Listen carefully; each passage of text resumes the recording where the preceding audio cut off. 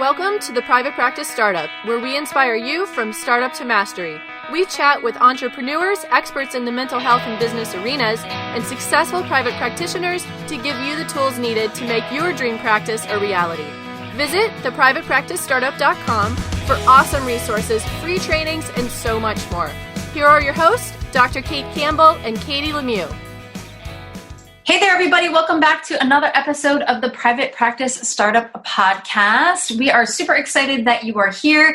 Today, we are speaking probably either to most of us, because we've probably been in this situation, or some of you right now. The title of our podcast is The Agency Breakup. I wish I left you sooner. Such a good name. Really excited about this podcast topic because, like I said, either most of us can relate because we were there, or maybe you are there right now. And our podcast guest is super passionate about this topic. And our podcast guest today is Melanie Taylor, and she's the owner of The Healing Tree. Melanie is a very proud owner of a private practice where she gets to wear crazy t-shirts, even crazier socks, and Converse, and sometimes Ugg Boots. She built her private practice in less than a year with all the information available on Facebook and Google. And her greatest accomplishment with her business was niching down a woman after our own heart, even though her friends and family said she was crazy to do so. She also has a kick-ass office with soft Kleenex instead of agency sandpaper. Then she decorated the office with furniture not from the agency storeroom. So I can tell that this podcast is going to be a hoot from the beginning, which I'm excited. But before we get started, if you are brand new to our podcast, we want to welcome you into our Startup Nation Superhero family. Welcome. We have a very special gift for you, and that is our A to Z cheat sheet, essentials for building and growing your dream practice. And just like Melanie said, she learned about private practice all on the web, and we actually had a Startup Nation superhero say she utilized the A to Z cheat sheet and created her private practice. So head over to privatepracticestartup.com, the resources tab, and look for the A to Z cheat sheet. So this is an A to Z of what you need to do to build your practice, and it also comes with 5 days of practice building emails to really help you get started or even get clear. So without further ado, we want to welcome you, Melanie. How are you today? I'm great. How are you guys? We're doing great. Good. You are our last podcast of the day. So it's interesting. Before we had you, or part of our podcast today, we were talking with Zoe Halloween, and we were talking about time batching, right? So that's one of the things that Kate and I do here in really order to focus on one thing. So we do all of our podcasts together. And I forgot to mention our podcast before, if you had not listened to it, we actually got to speak with Diane Webb, and she was talking about marketing the clinician you are, not the one who you think you're supposed to be. So you'll definitely want to catch that one as well. Okay, let's jump into the agency breakup. This sounds like a novel or something like that. Yes, or like a crazy song. So tell us what inspired you to talk about this particular topic with us today. Well, I'd been in agency setting for quite a while. I started out in a psychiatric hospital and then moved over to agency. So after you've been there for a while, you start to recognize your quantity is better than your quality, I guess, to your supervisors. And I was ready to get out. I wanted to provide quality service. And now that I'm out, it's like I want to help other agencies get out there as well, or agency workers. That's awesome. Mm-hmm. I know Kate and I have our story of agency and our hospital work as well. And isn't it interesting? We talk a lot about school, how school sets us up for that mindset of therapists can't make money. And then what you're saying, Melanie, is the same thing with agency work. It's all about produce. It's not really about quality. I remember supervisors wanting us to run around after Medicaid clients, no matter how many times they canceled. It was we need the productivity. You have to see them, go to their house. And it just it's not good for business, you know what I mean? And really setting up someone for success in private practice. Oh, yes. And then when you get out, you realize that 80% of the true job was done for you. So you've got to rely on your clinician skills and research abilities, which, you did learn in grad school. So I always tell people that it paid off. Yeah. Agency work is good to get clinical experience after, when you're graduating, and you certainly get a lot of that. But for a long period of time, it's really, for most people, not that sustainable. unfortunately, just a lot of people in agency settings are underworked, they're overpaid, and a lot of times that affects their attitude. They can be burnout and still pushing through it, and negative attitude towards work or clients or whatever. It's a very challenging place to be. I can remember being in the agency setting and, being like super, just feeling like a fish out of water. I was like a sponge ready to soak up all these things and learn and make a difference in the world. And it was my experience being in that agency setting was just very different. And I couldn't wait to get out of it and get into private practice. Yes. So what helped you to take the leap from agency to private practice? Well, I started researching, or I was in a couple of Facebook groups already, just as being a therapist in the area. And a few of them mentioned these other groups about private practice. And so I started joining those, and like over time, just learned as much as I could. And then had the help also of a friend who had recently made the move. So, between the two of them, I was able to move out, and I wish I'd have left it sooner, because I remember we had to ask for permission, asking the CEO for permissions. I'll get back with you. I'm not sure. 2 months later, she hasn't made a decision. And I'm like, I gotta move. So. Wow. So that's interesting that you had to ask the CEO for permission to be able to start your private practice. Yes. Most of the agencies have you sign something. It's either non-compete or you've got to have the CEO's approval. I know that's what ours did. So when I asked, it was like this conversation. And then when I finally did get approval, actually, I never really got approval. I just finally told her I was doing it. So and it was just all that, well, are you taking insurance? Because you're not allowed to do that. And then a lot of trying to, people don't usually make it. And I remember hearing that on my exit interview. We'll be here when you're ready to come back. Wow. Nope. Peace out, Girl Scout. You're probably like, that was the thing that just resounded in your mind, like every time you wanted to quit, right? Be like, I'm going to prove to them, I'm not going back. What did you find most helpful in terms of your own transition from agency work into making that leap into private practice full time?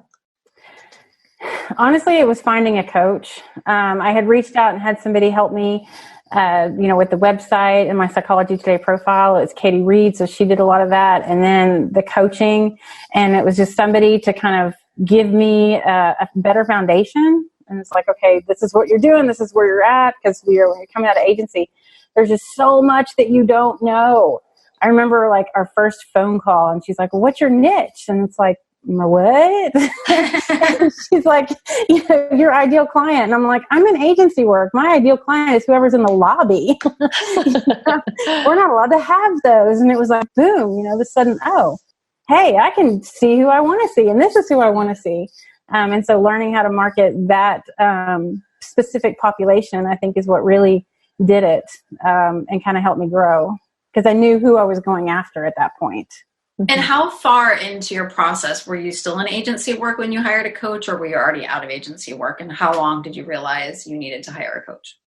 I was in agency work, and it was probably 6 months in, I think, because I'd opened. Well, I didn't open. I started in April, but I was using the therapist next to me. She was letting me use her office while I was waiting on the other office to come next available, and also get enough clients to pay for it. So I opened my office in June, but I was still working full time and just doing that part time. And it took probably until about August, September, when I was like, okay, yeah, I need some direction here. I don't like where this is going. I want to get out. And after that, my caseload the next month tripled. I love that you realized very early on that you needed to hire a coach. And that's like one of the things that Kate and I talk about so strongly, because it really helps save you time and money. A lot of times we think that we can be DIYers, and on some things we can, but we're really wasting the time and money because that's just not our area of expertise. And so I love that, that's one of your messages, is really to hire a coach. And I love that you did that. And Katie Reed's awesome. She's a freaking hoot. Yes. I love her. We had her on our podcast, and we're talking about, I think, scarcity mindset and things like that on the podcast. So she actually also did, which we haven't really talked about because it's going to be a special surprise in our e-course, but she did an awesome celebration video for us, and it was hysterical. So funny.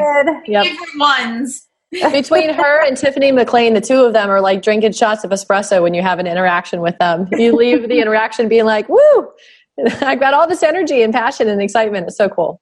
Yeah, she's amazing. I'll put the link to her podcast on this show notes page too, so you guys have easy access to that. Let's go ahead and take a quick break for our sponsor, and then we'll continue to dive into this transition process. If you're in private practice, you wear a lot of hats, and some of those hats are totally great, but some, like filing taxes and running payroll, for example, not so great.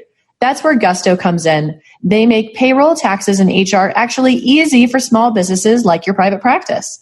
Fast, simple payroll processing and benefits and expert HR support all in one place. Gusto automatically pays and files your federal, state, and local taxes so you don't have to worry about it. Plus, they make it easy for you to add on health benefits and even 401ks for you and your team. Let them wear one of your many hats. You have so many better things to do with your time. Listeners get 3 months free when they run their first payroll. Try a demo and see for yourself at gusto.com/PPS. That's gusto.com/PPS. There are so many ways to keep your practice organized, but Therapy Notes is by far the best. Their easy to use, secure platform lets you not only do billing, scheduling, and progress notes, but also create a client portal to share documents and request signatures. Plus, they offer amazing unlimited phone support. So when you have a question, they're there so you can get help fast. Get started with Therapy Notes today, trusted by over 60,000 professionals. Go to therapynotes.com and enter promo code PPS, as in Private Practice Startup, and you'll get 2 months for free. Also, you can listen to episode 54, where we interviewed Brad Pliner and took an in-depth view into their EHR. So what's another thing, Melanie, that you did to be able to break up with your agency? Finding out all the information, that I had to get ahead of time. And then once I had kind of that niche down of who I wanted, it was being able to go after those clients so I could build the caseload. And at some point it was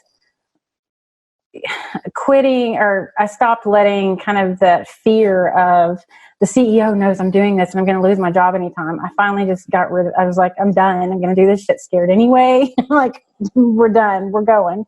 And also I'm like, I remember my first month, when I decided I was going to go, full time, I didn't realize that I only needed half the amount of clients I was seeing in agency.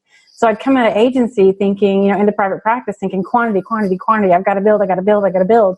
And you don't realize that you only need half the amount. So people I think are really scared money-wise that they can't make the step when actually they can. You need 12 to 15 people in your city to come see you every week. That's it. Think about your population. You can get those 12 to 15 people that you want to see if you market them correctly. And I think that's, one of the things I learned from Katie was just learning how to market effectively. So important. And I love that you share that story, because you brought me back to that feeling of you're so programmed in a job to work that 40 really plus hours, not truly 40, that I remember the time when I was only seeing a certain amount of people, right? Like, I was anxious because I was like, well, what am I supposed to do? Like, I'm not working enough. I mean, I don't ever have that problem anymore with having 3 different businesses. But I remember feeling anxious because your mind is so programmed, like this is your work schedule and you have to be seeing to produce, right? And so it was that weird feeling of like, oh, I'm actually making more and doing less. Yeah.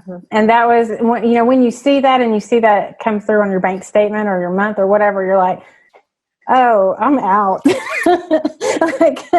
And I think for me, that was after I saw it and I realized, oh, okay, I've got 10 clients, I can leave. And then I was gone. So tell us what your niche is. I'm curious who you work with. We specialize in women and teen girls. So that's it. That's all we see. And I'm kind of niching down even further to the women who are actually ready to make that transformation. And they've kind of been through a little bit of therapy already. So it's even more specialized. Whereas the other girl that I brought on, because I also had to bring on another clinician, she specialized more in kind of the beginning transition. So of like trauma and things like that. Mm-hmm. Very cool. So tell us what else has been helpful in growing your practice once you did make that leap and you were clear on who your ideal clients were and then the marketing messages. What else have you done that's been really helpful in gaining that traction for you? Learning to outsource the things that drive me batshit crazy. I mean, Yay. oh my God. Like, I remember I was like, I'm going to make a website, and you just get so flustered with it. And it drove me nuts. It was little things like that. The billing, the insurance billing. Oh dear God, I don't even want to mess with it. There's people that's one of the things learning from Facebook. There's people that will help credential you. There's people, that teach you you can learn anything you need just from typing in a question to a lot of the different Facebook groups. And I think that, and then learning just to outsource the things that drove me nuts. What did you have to do to prepare yourself to leave for agency work, whether it was like mindset stuff or even planning? What was helpful? I had to realize that I personally was bigger than the company I was working for. And I don't mean that like in a vain way, but my life and my well-being and I wanted more. I wanted more for me, and I was never going to get it from them. And I wanted it to be my own. So I think that was that kind of mindset shift for me, was able to, it's like when you leave an unhealthy relationship, you finally realize, oh, there's more to me than you. So I think there's a song out there. That's one of my favorites. That's kind of what it was. There was more to me than them. And after that, it was just, okay, realizing the numbers. I think the biggest thing was knowing that I could go on my own part. It was like I felt like I was working part-time, really. Mm-hmm. One of the things that comes up as you kind of describe that, and thinking again about the agency shift, is like the theory of loss aversion. And it's kind of like, well, we have the agency and we have our paid vacation and our health insurance is covered. And it's like, even if we're going to make more money and that's going to cover all of that, and have more time that we can actually pay for our vacations and still have more money. Like the idea of getting over, like, I'm not going to have paid vacation, or my insurance isn't going to be paid for. I think sometimes that's also a mindset shift that we have to make as therapists, or anyone going into business when leaving a stable job, for sure. And also learning that it is a business. You step out of an agency employee into the shoes of a CEO, if you've opened your own. And it's a big shift from where you were to where you're going, because you realize that, and I think I did a blog on this, that I just realized one day, oh, my business is its own baby. Holy crap. It's its own thing. And I'm the face of that.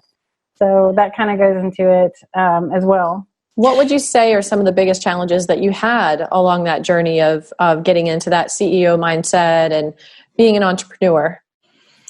Probably fear. There was so much, when I left the agency, I had spent like 4 months, I think, worried I was going to lose my job at any minute, even though they knew I was in private practice. It was just little comments, little snide things. And so as I think that fear kind of kept me a little bit from marketing the way I should have in the beginning, and kind of hindering just some of that. And like I said, and that's when I finally, you get the coach and you learn, oh, okay, this is me. I can market, in a good way. Like I remember my first marketing on my own. I thought, oh, I'll just take these cookies to this PCP office. And I'm an introvert, and I was so nervous. And I walked in there and handed her the cookies and some brochures and walked out to my car and realized I didn't even say my name. Where I was from. And so one of my big jokes now is, when you get ready to start marketing yourself, make a list of 1 to 10, or make a list of 10 people you want to reach out to for referral sources, and start with number 10, so that way all your nerves are out of the way by the time you get to your number, your top 3. I like that one. I know when I first was in private practice, leaving agency work, again, there was nothing out there except Casey Truffaut and I think like a book. And I remember my colleague and I, who share office space, like we went up and down the street, like marketing to everybody, right? And walking into places with like no plan, no like, hey, we're therapists. Like it was awful. We had no ideal client, no niche. We had nothing to give them except our business cards. So I love that, you talk about, really, number one, knowing your niche, but also knowing who you want to build relationships with. And it's an ongoing process. It's not a one and done, for sure. I'm curious for you, Melanie, as you mentioned, like mostly everything about building and growing a private practice you can find on Facebook, book, or the internet. What are some of your favorite resources that really helped you that are online? You guys, for one, your podcasts were amazing and are continue to be. So there's that. There's an insurance credentialing one that also offers a podcast. And that's very interesting because they kind of have this conversation back. I can't remember the name of it. I'm so sorry. I'll find it and send it to you guys. Awesome. But anyway, they have a conversation back and forth. And so you can kind of hear like questions. This is what it sounds like when you call an insurance company, and understanding deductibles and co-pays and all that good stuff. So that's one of my favorites. What are some other resources or things that you've used online, things like that? Bought the book, The Profitable Private Practice by Melissa Da Silva. So her group has been amazing as well. Really loved that book. Her marketing ideas were so just spot on for kind of getting out there and different kind of outside of the box marketing ideas. And that's what I really liked about it. And then going from kind of the front to start, or the startup to kind of growing. Share with us some of your favorite outside the box marketing tips that she shares in her book. Oh, she had one where she got she said she, did shiny envelopes, and she would send them to the BCPs so that way it would kind of stand out amongst the other mail. She got T-shirts with her logo as well as like a funny saying. My therapist says to relax or something, and then her logo on the back. There was a shirt circulating a while back with the counselors, but it was like friends, I'll be there for you. And so I got that one and put the logo on it. So just things like that. That was probably one of my favorites. And just networking, getting out there and networking. Yeah. And do these pair nicely with your Converse shoes? Is that what you're saying? Yep. I love it. So some of the stuff that you shared so far, you talked about everything building a private practice on Facebook seriously. You've also talked about hiring a coach, which I think that's extremely important. Doing things scared anyway, that's important as well. And really looking and understanding that agencies really often value the quantity of work over the quality, and really getting over that scarcity and fear stuff, especially if you have to tell your CEO, can you give me permission to start my own private practice? Yeah, that's how it was, and now I'm like back and I'm like, oh, what were you thinking? You should have just done it. I know, that's like so nerve-wracking. Like, hey, I'm going to be leaving the company, just to let you know. So please don't fire me, but can I have your permission to start my own business? Like, ugh. Yeah, exactly. So what do you hope that Startup Nation takes away from your message today, Melanie? I hope that other people in agencies know that private practice is possible. It's not something that's just for other people and not you. I remember hearing other people that had gone into private practice ahead of me, and just kind of that little bit of envy that I would have, like, oh, I wonder what that's like, and thinking, oh, I can't do that. That's not me. I'm not business minded, but you can do it, and it doesn't have to be perfect. Just do it anyway. Just get your stuff done where you need to get it, get your clients, and you can get out. I love that you share that, because I remember early on in private practice, I kept feeling like I had to get it perfect, right? And what Kate and I teach and coach on is that it doesn't have to be perfect, and it will evolve. And I don't know, it's like a laughing joke to me personally now, because we're trying to finish our marketing e-course. And I'm like, I am totally good with done is better than perfect, but we can't even get to the done part. It's been like this ongoing, almost 10-month journey. So we're getting very close. And so that's going to be launching very soon as well. But yeah, practice evolves over time. I remember feeling I had to have the perfect website, and that's just not going to happen for years and years and years and years. And then it'll still evolve anyway. So just get it out there. Yeah. Just get out there and you've got to let people know you're there. That's the other thing coming out, especially if you're an introverted therapist that just is in your office with one person one-on-one. It's terrifying going out and letting other people know you're there. Mm-hmm. But they've got to know you're there if they're going to send people to you. Yeah. And I know that you have a giveaway for our audience. What is that? Yes. On my website, agencytoprivatepractice.com, I've got 2 freebies, the Agency to Private Practice Checklist and the Create Your Amazing Psychology Today profile. It's like a little miniature workbook. Awesome. And so we'll put the links to that on our show notes page. So we wanted to say thank you, Melanie, for inspiring those who might be in agency work and maybe giving a laugh to those who've been there as well. So we appreciate you sharing about your topic and your passion. Next week, we are going to have Jenny Schottmiller, who is a CPA and therapist. One of my favorite topics to talk about is taxes. Not necessarily Kate, but we're going to be talking about private practice and taxes. So you want to make sure you'll join us for that, because I have to say taxes is not the thing that you do in March or April every year. It's really an ongoing relationship you guys should have with your accountant, and a really essential one. All right, I'm going to stop talking because I could talk about taxes, but we'll wait till that podcast to talk more about that. And let's take a moment for our Startup Nation superheroes. Shout out for today's episode. And this is from Jonathan S. Jonathan says, this podcast saved me so much time. It's an invaluable resource. Thank you. Thank you, Jonathan. We love that our episodes are being valuable to you, and we hope we continue to inspire you from startup to mastery. We will see you later, Startup Nation. Thanks, Melanie, for being here today. Thanks for having me, guys. Bye. See you next time. Thanks for joining us on The Private Practice Startup. Visit theprivatepracticestartup.com for awesome resources, free trainings, attorney-approved private practice paperwork, and so much more.